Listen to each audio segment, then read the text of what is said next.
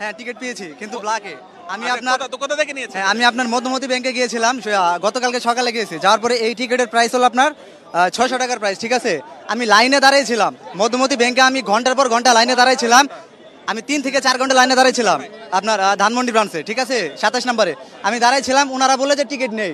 পরবর্তীতে আমি যখন বিকেলে আবার গেছি, যাওয়ার পরে আমাকে বলে যে আচ্ছা ভাই এদিকে আসেন, এক সাইডে নিয়ে যাওয়ার পর আমার বলে আচ্ছা ঠিক আছে টিকিট আছে, কয়টা লাগবে? আমি বলছি ভাইয়া আমরা স্টুডেন্ট, ঠিক আছে, আমাদের 2টা টিকিট লাগবে। পরে উনি বলে যে 400 টাকার টিকিট লাগবে 1200 টাকা, আর যেটা 600 টাকার টিকিট এটা আমার কাছ থেকে 600 টাকা। হ্যাঁ 600 টাকার টিকিট না আমি না, যে ব্যাংকের কর্মকর্তা 100% মানে ডেফিনেটলি সে ব্যাংকের কর্মকর্তা। না কাউন্টার থেকে এই টাকাই নিয়ে নি, মানে সে আমার কাছ থেকে ব্ল্যাকে নিয়েছে। হ্যাঁ না কাউন্টারে আমি টিকিট পাইনি, ওনারা বলে যে টিকিট নেই, টিকিট ছিল না। হ্যাঁ কিন্তু ওনাদের কাছে অবশ্যই টিকিট ছিল, কিন্তু আমাদের টিকিট দেয় নাই কেন? আপনি মনে করছেন যে ব্যাংকের কর্মকর্তারাই মানে বেশি দামে বিক্রি? হ্যাঁ এটার সাথে 100% ব্যাংকের কর্মকর্তারা দায়ী, ঠিক আছে। কারণ আমাদের 600 টাকার টিকিট, আমরা খেলা প্রেমী, ঠিক আছে, আমরা 600 টাকার টিকিট যদি 1000 টাকা 1500 টাকা দিয়ে কিনি, তাহলে আমাদের কি, আমার অন্যায় কি?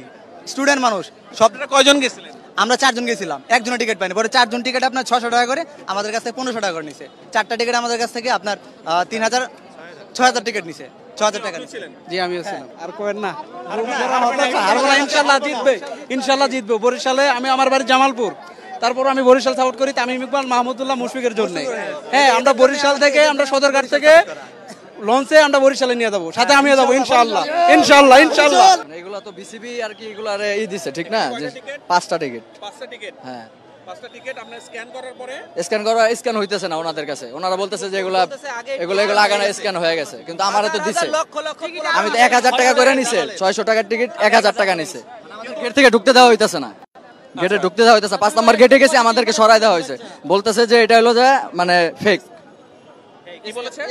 গেটের লোকেরা বলতেছে ফেক, এটা স্ক্যান হয়ে গেছে। তোমার ফেক এক জিনিস আর স্ক্যান এক জিনিস, আপনি এটা একটু ক্লিয়ার করেন যে এটা কি বলেছে আপনাকে?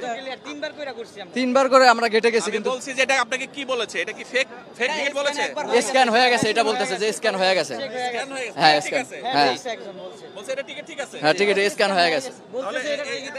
তার মানে হচ্ছে যে এই বিষয়গুলো যারা গেটে আছেন তারা অনেকে জড়িত আছেন, যে এটা স্ক্যান করে কিছু মানুষ ঢুকেছে, তারপরে তাদের কাছে বিক্রি করেছে, এবং বিষয়টা তারা এরপরে তো স্বাভাবিকভাবেই দ্বিতীয় সময়ে যে স্ক্যানটা ওটা হচ্ছে না,